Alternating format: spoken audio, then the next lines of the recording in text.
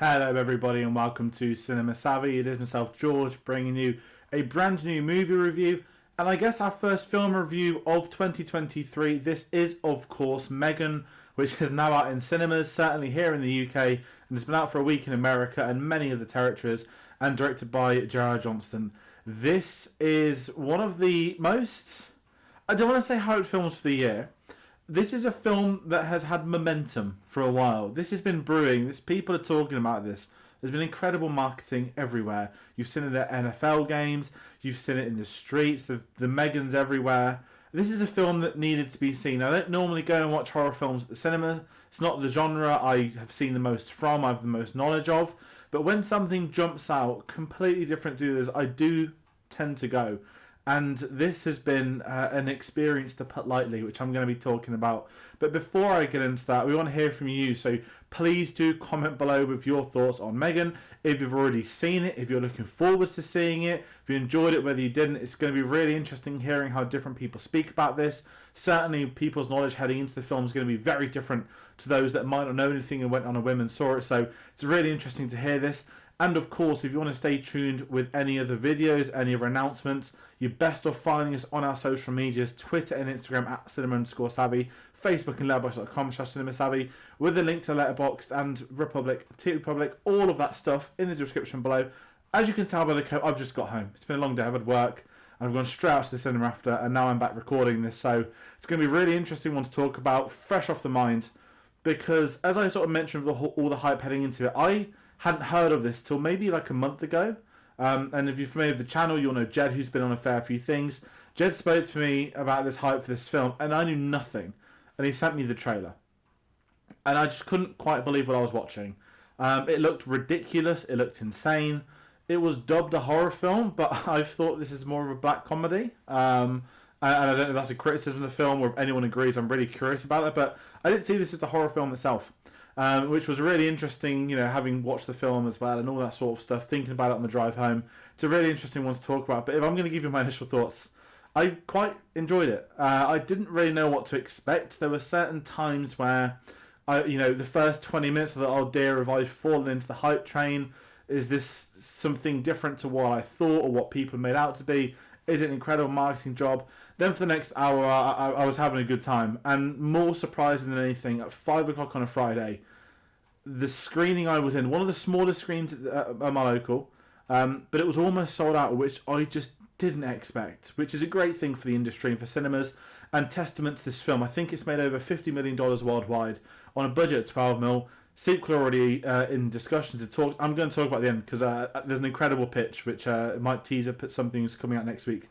But as I said, I enjoyed this film.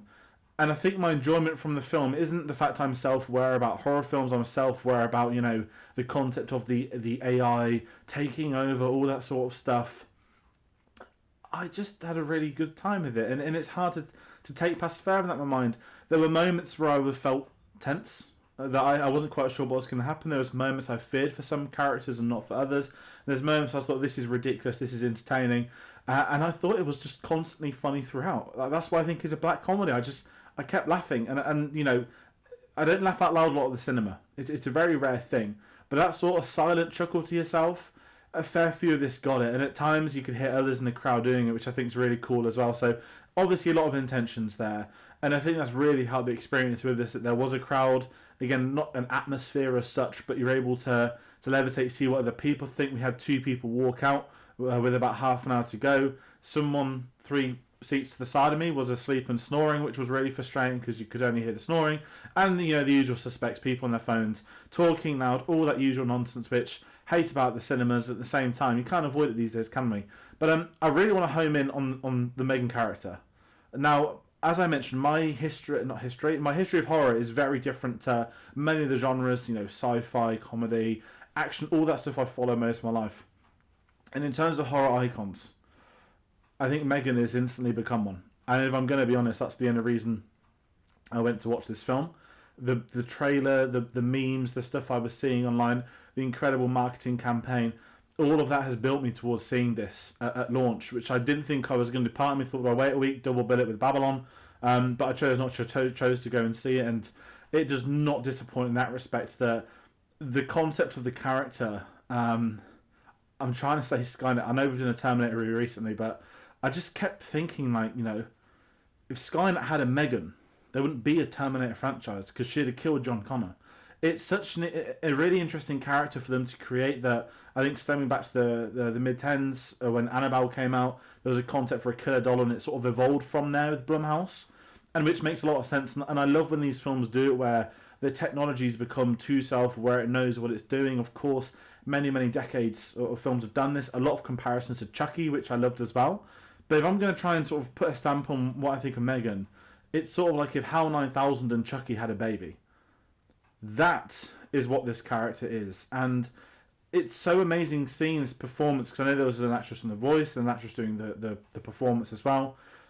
But the movement from this, and I read that one of the Lord of the Rings CGI, I think not CGI supervisors, but someone that's been involved with all the Peter Jackson Middle-earth films was involved with the movement that was filmed in New Zealand. And I just have to credit the direction for just what they did with this concept, because if you have a doll character that's scary, you might think I've seen this before, but there's something chilling about Megan that you're not quite sure what she's going to do next, even though you are sure you know what's going to come, but you're not going to know what exactly it is she's going to do in that scenario. And I think that's what made it so much more exciting for me. There's someone that doesn't see that many horror films. That's a really big thing, is to feel something different to the ones that I've seen. It didn't feel like a rip-off of something else that I've seen before. It felt so fresh, and I think that's what a lot of the, not just horror as a genre, that's what so much of the industry is missing. A nice original film, an old school B-movie, and through an exceptional marketing campaign, it's become this phenomenon. Even my parents have heard of this film, and they're not that big on film. Obviously, they weren't going to watch it, but I just thought it's such a great way they've done this. And just seeing a few people I know that were at the screening last week as well that absolutely loved it, they were hyped for it. It's so exciting to see, especially when we're in the middle of Oscar season, when we've had Avatar, which is breaking box office records left, right, and centre. It's one of those where something like this can come out and it's a monumental hit. No means this is going to grow and grow. I think Smile had something similar last year. Smile had an extraordinary box office run. But for me at least, I had a great time with this, and this review is going to be short compared to a couple of the other ones we've done in the past. I don't really have a fault with the supporting cast. I have one big criticism of the film. I don't want to say it's not violent enough. I hate saying that. I hate it when films that are rated at a different cut are intentionally cut down to suit a 12 over more audiences. There are certain moments where the implication of violence is something that I quite respect within 12A. I think you get very good filmmakers. Nolan, The Dark Knight's the one everyone always goes to, with Lau on top of the burning pile of money. There's moments where we have this implied violence, and I don't need to see the gore, but certainly one of my issues is that a few too many people maybe make it out of this film alive. It's too predictable who was going to go, and I just think there's a couple of moments where they could have gone in that little bit further. Now, I have watched Alien for the first time in many years last week too, so that also doesn't help. You see like the chestbuster, and then you're seeing something more modern, obviously aimed at a completely different demographic. But it's one of those it's left me really curious, but excited for more. And listen, I don't do sequel pitches, but obviously I've rewatched Alien recently. I've rewatched Aliens. If you want to do a sequel to Megan, it's simple. You just call it Megans. Make it like Aliens. Have a plural. Have multiple ones of them. Make it something, because I think she's an instant horror icon. And I think this could be a series. This is going to be what a lot of people go to. I'm not going to say I was invested fully in the characters. I think the problem with horror films more often than not, and especially something like Megan, we all know heading into it what the hype's about, what the focus of the film is. And obviously with the parents' opening scene, we kind of know how the film's going to go. And there's some really interesting themes, certainly of parenthood in there, if you want to call it thematics as such, which I do think is going to help it long term. That there is that further deep dive into it. There's certain argument for, the over-reliance on technology that's been done to death. But I just think this film delivered it in such a fresh and different way that it's a really good way to kick off the year for cinema. It's our first review. I know a few films have come out. I know some of the films we're going to talk about soon have already been out in America, which is always frustrating, but we do understand why and how that happens. So that's going to probably round it out for me. I want to hear your thoughts. Again, it's a shorter review than normal. I don't have too much to say. I'm not going to do spoilers, but it's just nice to see something different. And it's something the industry needs. And at this time of year, it's going to be a mega year for film. If you've seen some of the blockbusters, I think mid-February when Ant-Man drops is the first one, and then it's almost going to be non-stop over the coming months through to the end of summer. So it's going to be a mega year for film this year. It's great to see something small like this in a really good release window absolutely excel. And for the last time I've it's many thanks to an incredible marketing campaign. So everyone involved in that does need to to have that improvement. I just keep thinking of the dancing ones on I think it's the tube or the subway, whichever one. It's just amazing seeing all this sort of stuff. And that's going to do it for today's review. So again, I hope you enjoyed it. It's a bit different to our normal ones. I didn't have much to say on the score. Although the rendition of Titanium is probably going to be scarred in the mind for as long as I live, which got a lot of laughs from a lot of people in the crowd as well. But what's coming up? I mentioned some Oscar stuff. I'm going to have a review out for Tar, which is going to be tomorrow or Sunday. I've been sent a 4K film by Warner Brothers. There'll be a new review out for something that's out on Monday. And of course, we've got The Last of Us, our weekly spoiler discussion series, is going to be starting on Monday. Now, if you found the channel, the video's blown up. We didn't expect it to. Picked up a lot of new subs.